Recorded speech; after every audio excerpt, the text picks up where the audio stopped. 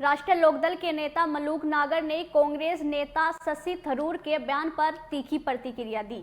उन्होंने कहा है कि कांग्रेस नेता जैसे योग्य नेता को नजरअंदाज कर कांग्रेस ने अपनी ही कमजोरी उजागर की।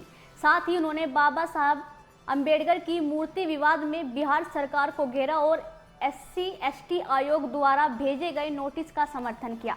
मलूक नागर ने ऑपरेशन सिंदूर का जिक्र करते हुए राहुल गांधी पर भी हमला बोला और कांग्रेस पर पाकिस्तान समर्थक रुख अपनाने का आरोप लगाया है। सुनिए। सेनाओं ने जो पाकिस्तान को अंदर घुस के मारा और पूरे वर्ल्ड के सामने ये बात जानी चाहिए थी, उसको देश के हमारे सांसद विदेशों में जाके और उनका पूरा पर्दाफाश किया पाकिस्तान का आतंकवाद से संबंधित, और हमने कहां कहां आतंकवादी ठिकानों को पाकिस्तान में उड़ाया और कहां कहां उनको नुकसान पहुंचाया। ऐसी स्थिति में वापस आने के बाद अगर प्रधानमंत्री जी से डिस्कशन नहीं होगा तो फिर किससे करेंगे?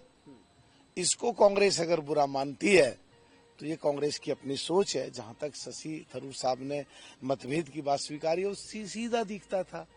पिछले 17वीं लोकसभा में 2019 से 2024 तक इतना काबिल आदमी शशि थरूर जैसे, जो यूएन में काम करा और जिन्होंने पिछले दिनों दिखाया देश को कि मैं किस स्तर पे काम कर सकता हूं देश के लिए, उसको अगर नेता सदन नहीं बनाया और आधीर रंजन को 5 साल नेता सदन बना के रखा, जो महामहिम राष्ट्रपति को राष्ट्र की पत्नी कहता था, कभी अपने आप को जेब कतरी, कभी चिड़ी मार, ना वो हिंदी बोल सकते थे ना वो अंग्रेजी बोल सकते थे। कहीं ना कहीं कांग्रेस में कुछ इनसिक्योरिटी है कुछ नेताओं को लेकर। जो काबिल लोग हैं, मनीष तिवारी जैसे, डिम्पा जैसे, गिल साहब जैसे और ये शशि थरूर जैसे और कई लोग हैं, जो कहीं ना कहीं उनको पीछे रखा जाता है। उसी क्रम में, उसी श्रेणी में जो है शशि थरूर साहब थे, और इसीलिए वो G23 एक ग्रुप बना था जिसमें 23 नेता कांग्रेस के कद्दावर कांग्रेस के खिलाफ थे। तो जहां तक बात है उनके स्वीकारने की, ये तो जग जाहिर ऐसा लगता है इस बात से। 3 साल की जेल, 5,000 जुर्माना। कर्नाटका भीड़ कानून नियंत्रण कानून प्रस्तावित हुआ है, सर कैसे? देखिए, जिन निर्दोष लोगों की जाने गई, जिनको कह करके और पूरे प्रिंट मीडिया इलेक्ट्रॉनिक मीडिया में इनवाइट करके बुलाया गया, उनके लिए कानून बना दिया और उन पे दंड थोपने की तैयारी कर दी। तो क्या इस बात को हम ऐसा लें कि ये deem to be admit fact है कि कर्नाटक की सरकार ने पहले गलती कर रखी थी? इस बात से साफ ये झलकता है।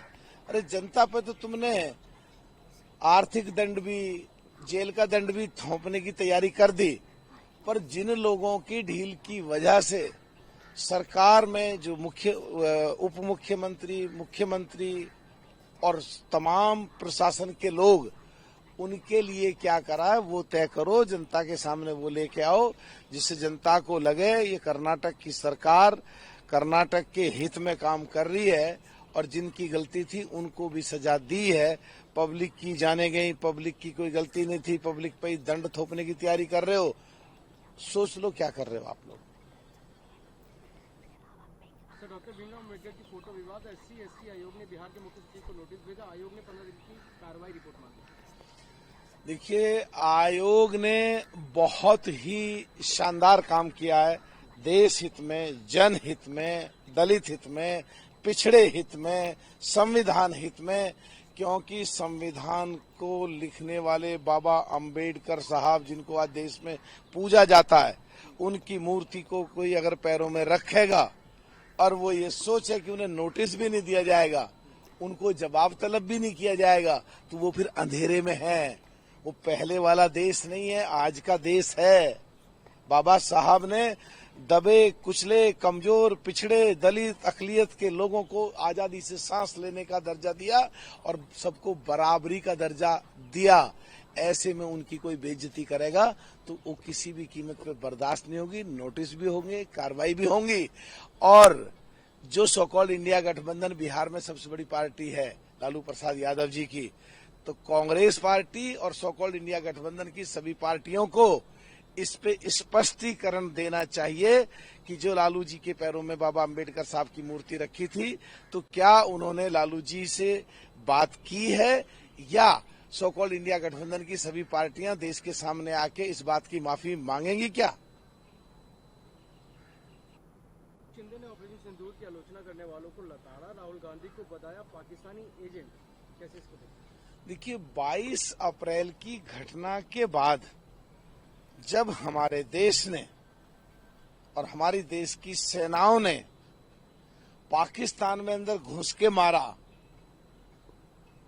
तो कांग्रेसियों की सो कॉल्ड इंडिया गठबंधन की सबसे बड़ी पार्टी कांग्रेस और उसके साथियों की मोदी जी से खुंदक हो सकती है, एनडीए से खुंदक हो सकती है, बीजेपी से खुंदक हो सकती है, पर वो इस खुंदक में और इस नफरत में जो सवाल पूछ रहे थे वो ऐसे सवाल बैठते थे जो देश के खिलाफ जाते थे, भारत के खिलाफ जाते थे, भारत के लोगों के खिलाफ जाते थे, भारत की सेना के खिलाफ जाते थे, केवल और केवल पाकिस्तान के फेवर में जाते थे, पाकिस्तान के लोगों के फेवर में जाते थे।